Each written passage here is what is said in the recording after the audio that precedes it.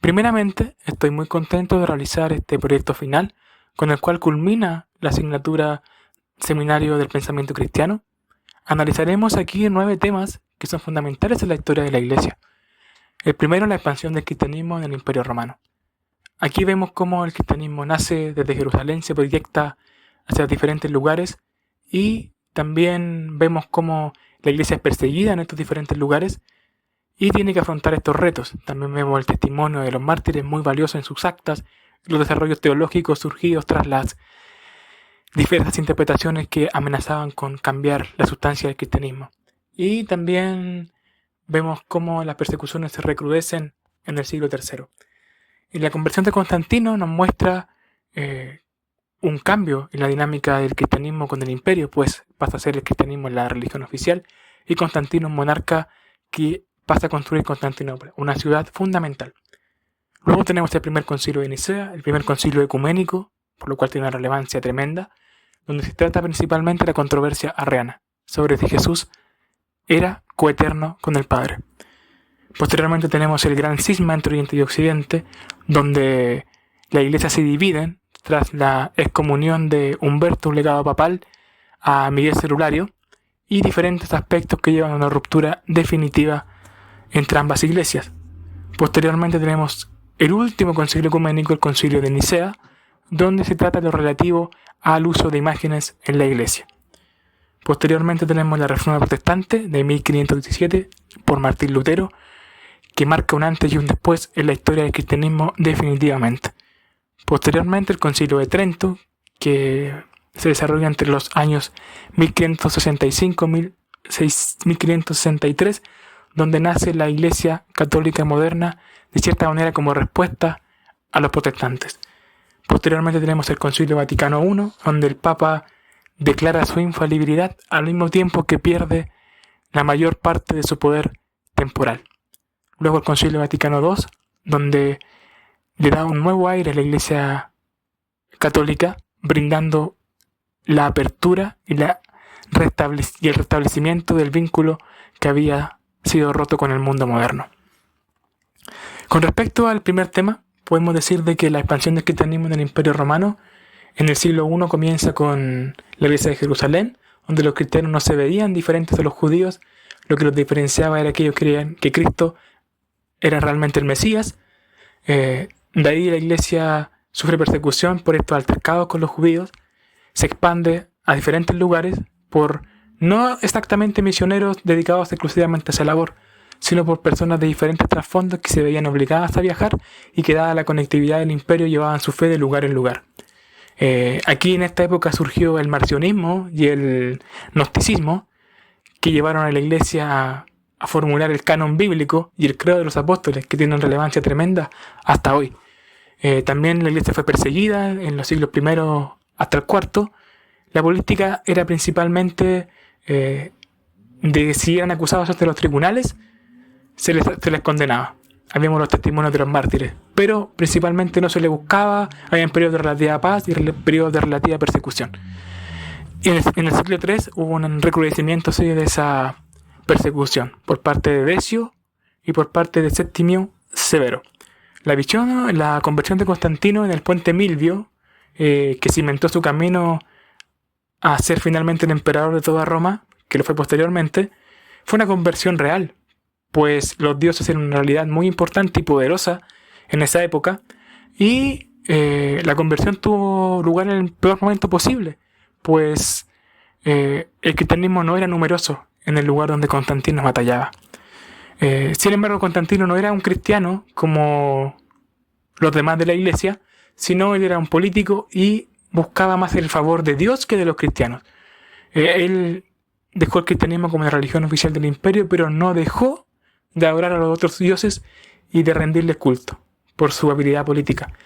Pero en su época se manifiesta también un cambio en la vida eclesiástica, pues la iglesia ya pasa de su sencillez a tener el protocolo imperial en las diferentes liturgias.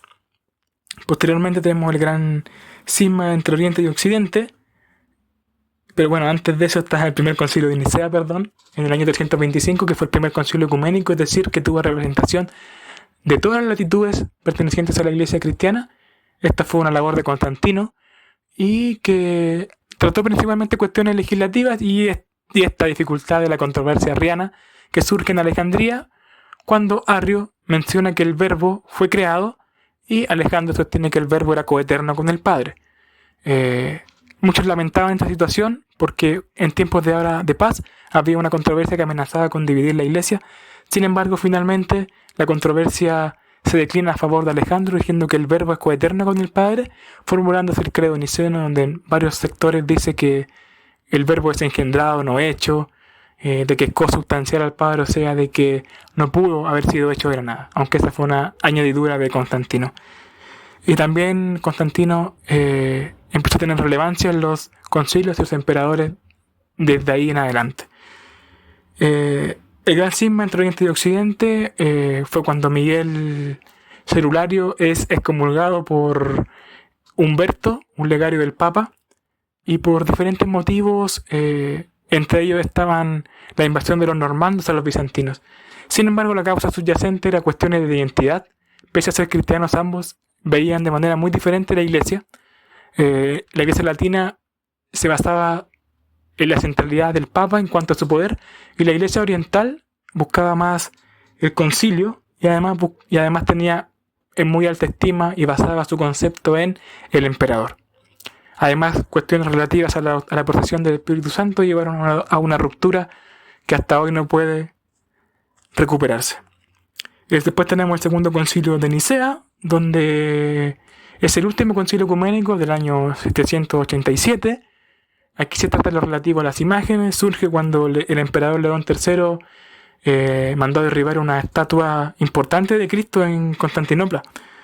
Y desde ahí se manifestó la controversia, formándose dos bandos: los iconoclastas, los destructores de imágenes, y los iconóbulos, los adoradores de imágenes. Se pensaba que el motivo final de León era desmentir a los musulmanes con respecto a que, de acuerdo con ellos, los cristianos eran idólatras.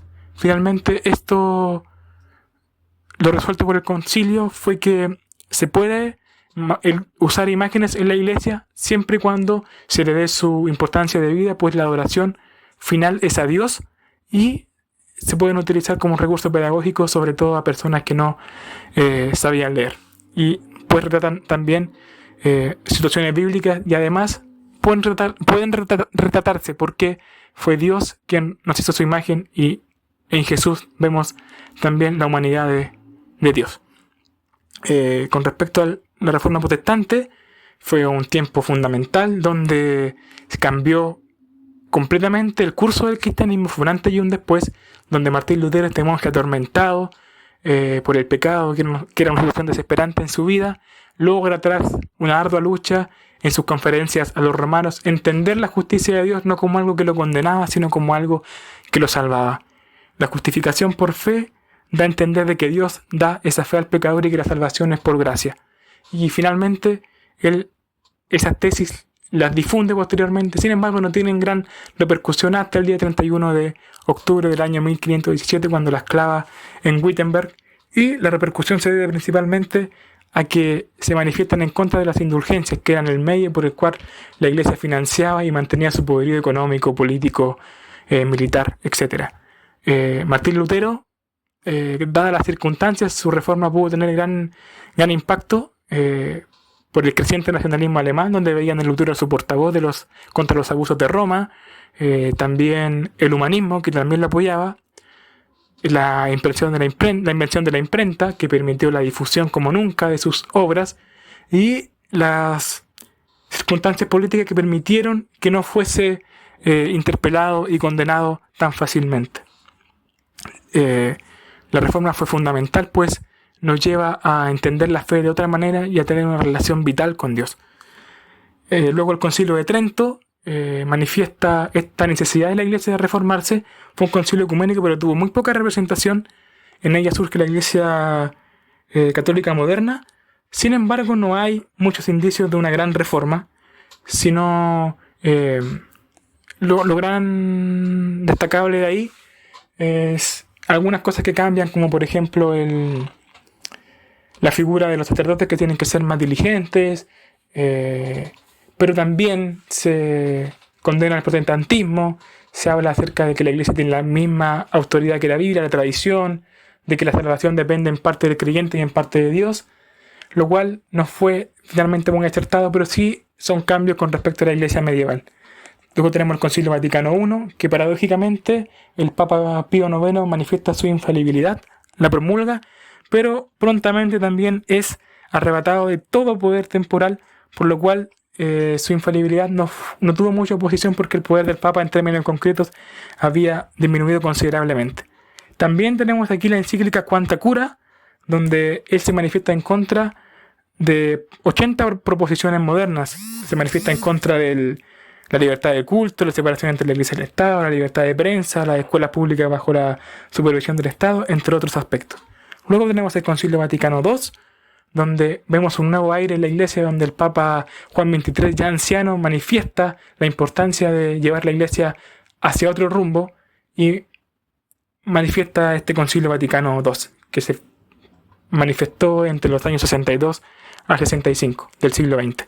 Y tiene una relevancia tremenda porque manifiesta una apertura de la Iglesia, un restablecimiento de la conexión de la comunicación con el mundo moderno, un reconocimiento del valor del ser humano, de la cultura, de la libertad religiosa, del amor, de la unidad, más que de la condenación que había caracterizado a la Iglesia Católica siglos atrás. Para concluir, podemos decir de que hay muchos momentos importantes para el pensamiento cristiano, pero en el primer momento, en la expansión del cristianismo, vemos cómo el canon bíblico se formó, el testimonio de los mártires, vemos también el arte cristiano en muchos momentos, vemos las dinámicas que fueron importantes para el pensamiento en la época de Constantino, pues el culto de ahí en adelante siguió más o menos el patrón imperial, sobre todo el tema de la basílica, pero fueron momentos muy importantes. También vemos en la conversión de Constantino, vemos cómo se manifiesta la visión constantiniana de ahí en adelante, que el nacer en una sociedad cristiana te hacía cristiano, y que eso fue precisamente contra lo que protestaron los anabautistas. El primer concilio de Nicea es relevante para la doctrina, entender de que Jesús es divino y es coeterno con el Padre. El gran cisma entre Oriente y Occidente manifiesta las diferencias, que a veces son irreconciliables, pero que en Dios pudiesen tener reconciliación. Sin embargo, hasta el día de hoy no pueden manifestarse. Y manifiestan las diferentes concepciones en cuanto a la Iglesia de Oriente y Occidente. El segundo concilio de Nicea manifiesta la importancia de las imágenes en el templo, lo cual nos hace entender de que no toda imagen es una idolatría, sino también representa algo que va más allá, es un símbolo. El Concilio de Trento, su gran aportación fue que siglos después reconoció que mucho de lo que afirmaban los reformadores tenía arraigo en la tradición cristiana. Y finalmente el Concilio Vaticano I manifiesta este cierre de la Iglesia al mundo moderno y esta pretensión de dominio en un momento cuando ya el Papa no tenía dominio en efectivo en los demás ámbitos. Y el Concilio Vaticano II es fundamental porque rescata la esencia del cristianismo, rescata el amor, rescata la gracia, rescata la unidad, rescata la justicia social.